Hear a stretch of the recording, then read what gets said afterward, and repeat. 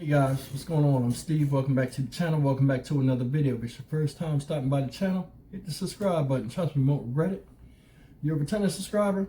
As always, guys, welcome back, and I appreciate the support. Guys, I want to talk today about something that's utterly heartbreaking. And this has just recently happened over the past few days. This is a story out of Kansas City, Kansas. Yes, there is a Kansas City, Kansas, not only in Missouri.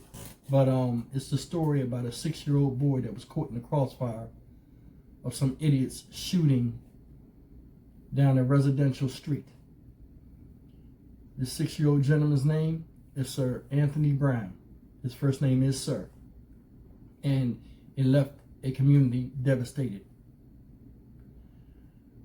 We all talk about on this channel, you know, things ranging from injustice towards other people, people being victimized, crimes against children, such as today, and a lot of stupid stuff that don't need to be.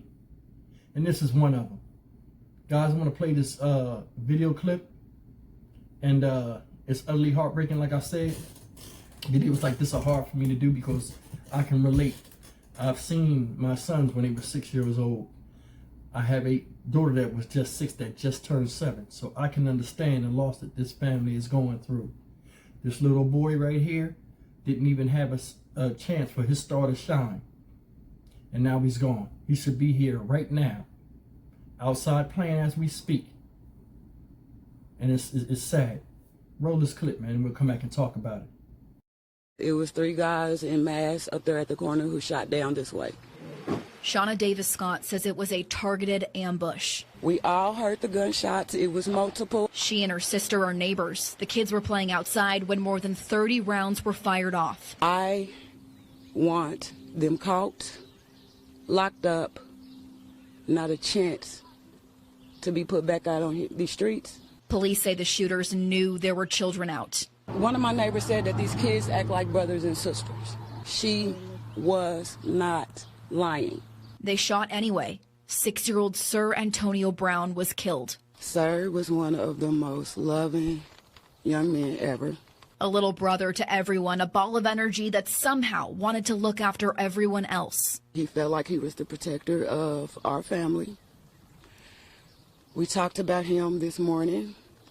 He loved karate, he loved the motorcycle, he loved making sure that his family was okay. A kid whose priorities were big wheels, school, snacks, and those that loved him. He loved to eat. He knew exactly what he was coming to eat when he got from playing outside. He knew he was going in the house to eat leftover tacos. He knew he was going to play, and he just knew. He could plan his whole day and knew exactly what was going to happen. He's definitely asked, like, sometimes you could get prize box, and he'd be like, but could I get fruit snacks instead? Like, he loves some snacks. Heartfelt moments of a child's innocence in between immense grief. They knew Sir loved his teacher. He could already read. He knew how to add and subtract, and I just saw so much growth and potential. He was so charismatic, and he never sat still. He would be doing cartwheels across the carpet, and everybody loved him. His school, family, and community trying to make it through the day. Unity, unity, unity. Well, there you have it, guys. That's the news article. There's another child dead from senseless gun violence in the street. I don't know if you guys know this. You can look up these statistics. The #1 cause of death for children from ages 3 months to age 18 is gun violence. Now, I don't blame guns for that at all. That's another discussion. But I want to tell you something. What did you notice in the video? Did you see the grandmother, Shauna Davis Scott? She was all cried out. You could see it's been a tumultuous last 48 hours for this woman. She's hurt. Her heart hurting, pain hurting.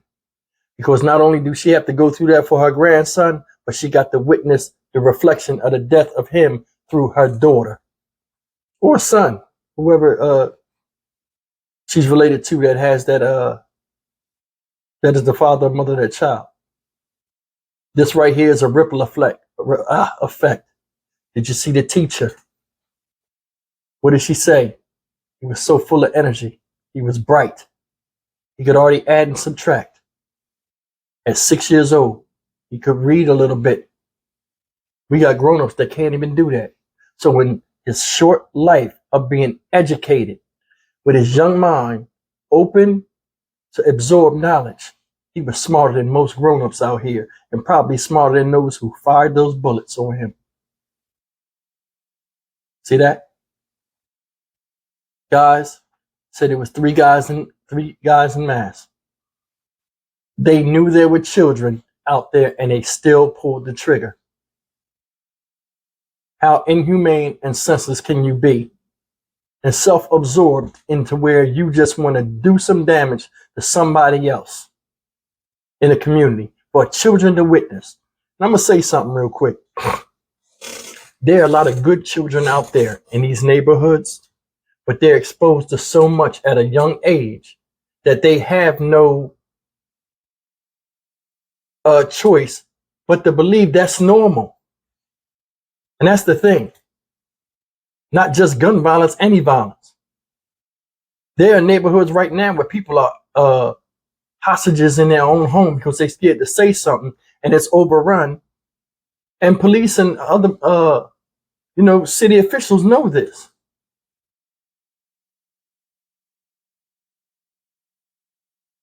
The one thing I want to get across is this.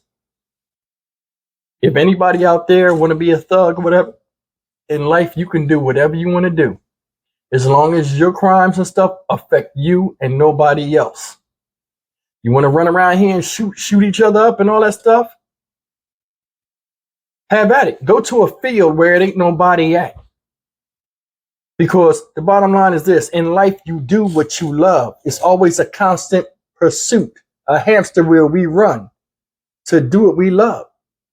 We chase and go after things we feel that will fulfill us. There are some people out there, and I've seen a lot of them when I was in jail and in prison, that like doing destruction. They like hurting people. They like seeing the pain and reaction of something they did on somebody else. A lot of times it's undeserving. See, the thing is this, the rational can't make the irrational, sometimes can't fathom the mind of the irrational. These gentlemen that did this are monsters. Plain and simple. They don't see it like that probably. But they know they were at the scene and now a little boy is dead. That had nothing to do with who you were shooting at or the message you was trying to send to those you shot at. And then think about it. They shot almost 30 rounds from assault rifles. Did you see how thin that little boy was? You know the picture. They had to come out. The parents had to come out there and see of him laying on the ground was a devastating thing that you can't unsee. And for what? For what? It's like, man, listen. All in all, I hope they catch these assholes, and I hope they.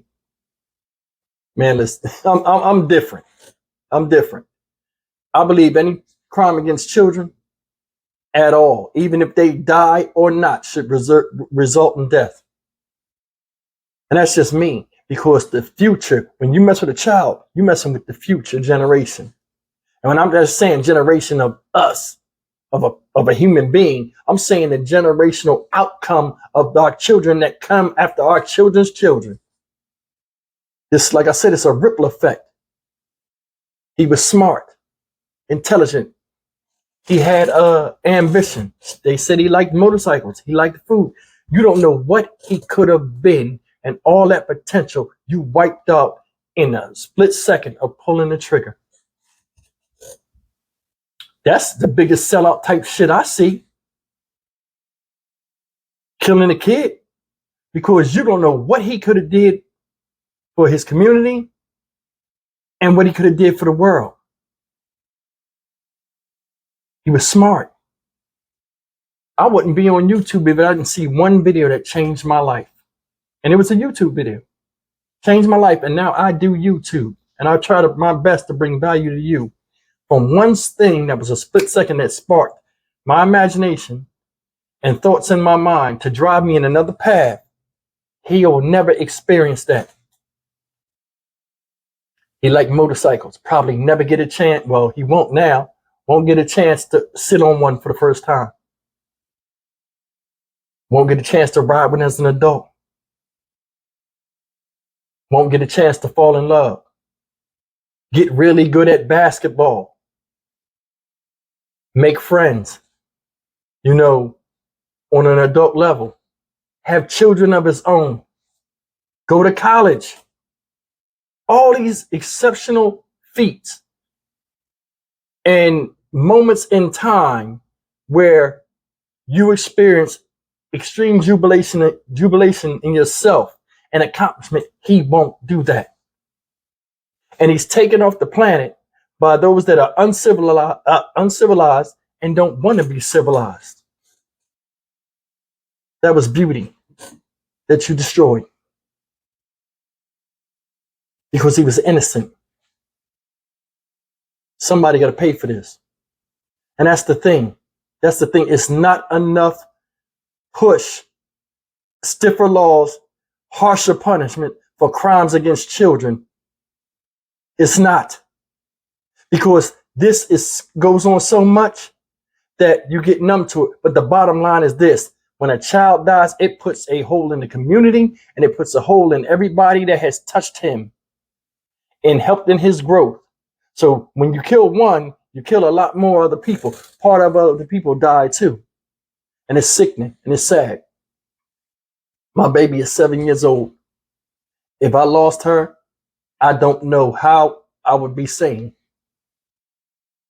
Now they got to prepare for a funeral. They already seen him dead in the street. And I want you to hear me on this. They seen him traumatized, dead in the street. Now you got to see the end result for the final send-off of him in a casket, dressed up for his send-off. How you think that funeral going to be when they close the casket? I'm getting emotional. How you think that funeral going to be when they close the casket and you see that shadow fall on that body and he get ready to get put in the dirt? Nobody thinks about that. That's horrific. Horrific. This is utterly messed up and it's sad.